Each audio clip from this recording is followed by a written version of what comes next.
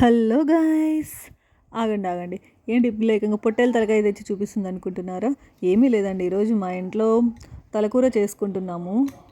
మా పద్ధతిలో చేసుకునే తలకూర ఎంతో టేస్టీగా ఉంటుంది. అది మీతో షేర్ చేసుకోవాలని ఈ వీడియో చేస్తున్నాము.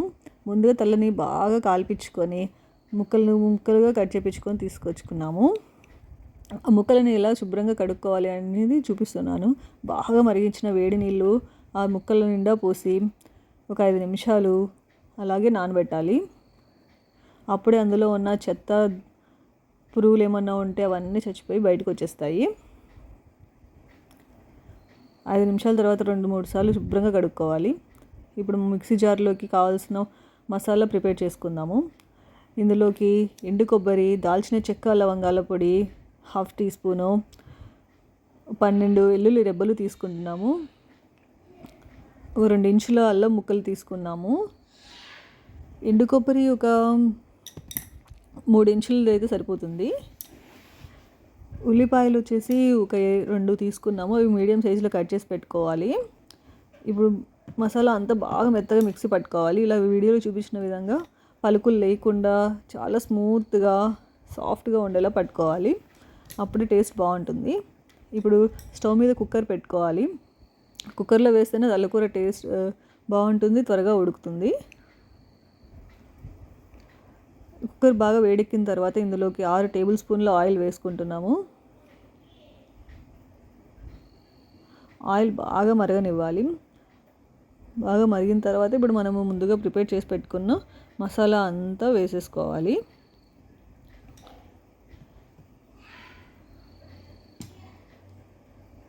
తలకూర చాలా టేస్టీగా ఉంటుందండి. బాలింతలు కూడా పెడతారు.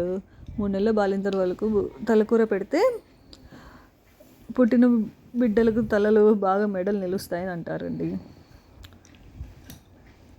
మసాలా అంతా బాగా కలిపెట్టుకోవాలి అడుగంటకుండా. ఇందులోకి ఇప్పుడు రిమైనింగ్ మసాలా వేసుకుందాము. కారం 1 టేబుల్ స్పూను, ధనియాల పొడి 3 టేబుల్ స్పూన్లు వేసుకుంటున్నాము. కారం ఎక్కువ తినేవాళ్ళు ఉంటే ఇంకా కొంచెం 1/2 టీ స్పూన్ ఎక్కువ వేసుకోవచ్చు. ఇప్పుడు కారము, ధనియాల పొడి, ముందుగా వేసిన మసాలా అంతా బాగా కలిసే విధంగా కలుపుకోవాలి.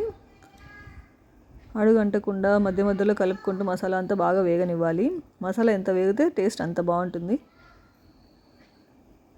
చూడండి, ఇప్పుడు దీంట్లోకి పసుపు, 1 టేబుల్ స్పూన్ ఉప్పు వేస్తున్నాము. ఉప్పు, పసుపు బాగా కలిసే విధంగా మసాలా అంతా బాగా కలిపెట్టుకోవాలి. మసాలా బాగా వేగనివ్వాలి. అడుగంటకుండా అప్పుడప్పుడు కలిపెట్టుకుంటూ వీడియోలో చూపించిన విధంగా బాగా కలిపెట్టుకోవాలి. చూడండి, అడుగంటకుండా ఆయిల్ పైకి తేలే వరకు బాగా వేగనివ్వాలి. అప్పుడే మసాలా టేస్ట్ అదిరిపోతుంది.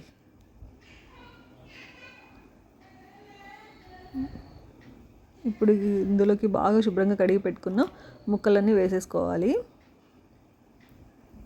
ఫస్ట్ టైం లెంతీ వీడియో చేస్తున్నామండి. ఏమైనా తప్పులు దొర్లుంటే క్షమించండి.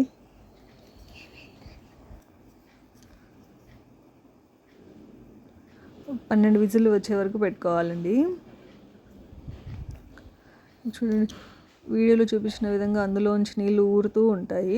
ఆ నీళ్ళన్నీ ఇమిరిపోయేదాకా మసాలా ముక్కలు అన్నీ బాగా కలుపుకుంటూ వేగనివ్వాలి. మనం ఈ స్టేజ్లో నీళ్ళు పోసి పెట్టేస్తే అంత టేస్ట్ బాగుండదు. బాగా నీళ్ళని ఇమిరిపోయిన తర్వాత మనం నీళ్ళు పోసుకోవాలి. ముక్కలన్నీ బాగా మునిగేదాకా నీళ్ళు పోసుకోవాలి. ముక్కలు మసాలా అంతా బాగా కలబెట్టేసుకోవాలి.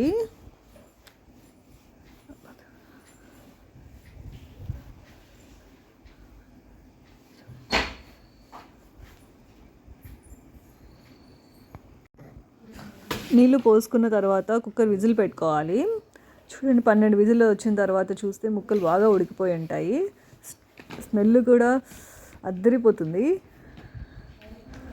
మసాలా అంతా ముక్కలకు పట్టేసి చాలా కమ్మగా ఉంటుంది కూర.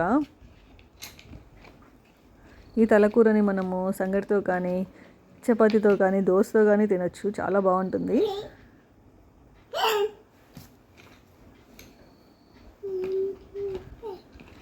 ఇక్కడ మేము సంగటితో సర్వ్ చేస్తున్నాము.